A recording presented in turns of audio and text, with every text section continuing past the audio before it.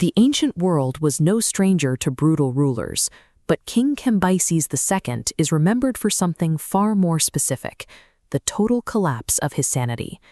Over a few short years, he turned the most powerful empire on earth into a theater of terror. To see how far he fell, we have to look at the baseline of his absolute power. Cambyses inherited this massive territory from his father, Cyrus the Great, the man who forged the Achaemenid Persian Empire from nothing. Cambyses began his reign by proving he was a worthy successor. He marched his armies west and annexed Egypt, bringing the empire to its absolute territorial peak. Most of what we know about the king's subsequent descent into madness comes from the Greek historian Herodotus, who traveled through these lands and collected the surviving accounts of Cambyses' reign.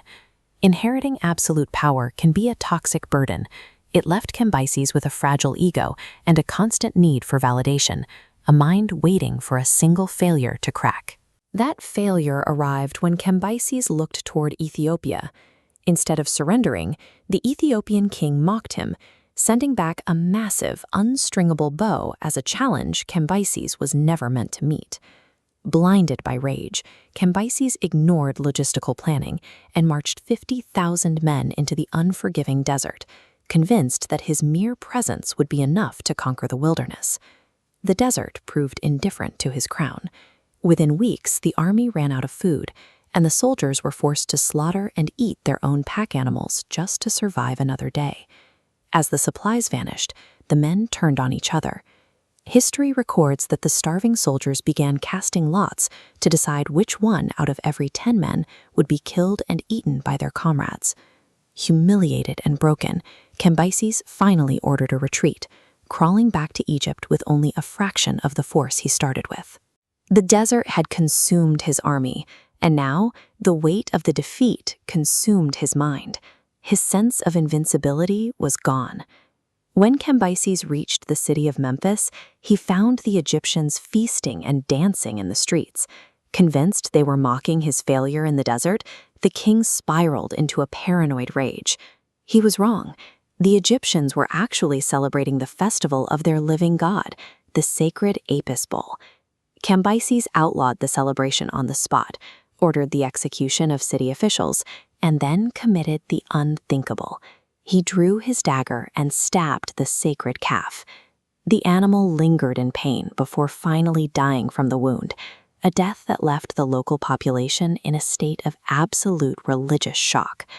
This wasn't a tactical move, it was a pure act of sacrilege. In the eyes of the ancients, Cambyses had just invited a massive karmic debt from the gods. The king's paranoia soon turned inward. He became obsessed with his brother, Smerdis, who was the only man in the empire strong enough to pull that massive Ethiopian bow. After a single dream suggested his brother might take the throne, Cambyses secretly ordered Smerdis's assassination to ensure his own survival. He proceeded to violate every cultural taboo by forcefully marrying and then murdering his own sisters, ridding himself of anyone who questioned his behavior. Rumors of the king's insanity spread through the Persian elite. To them, the ruler of the world had become a feral creature.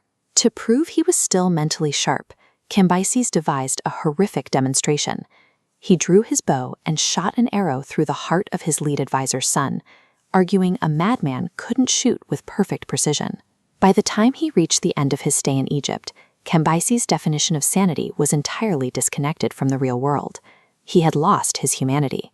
Back in the heart of Persia, a rebellion erupted.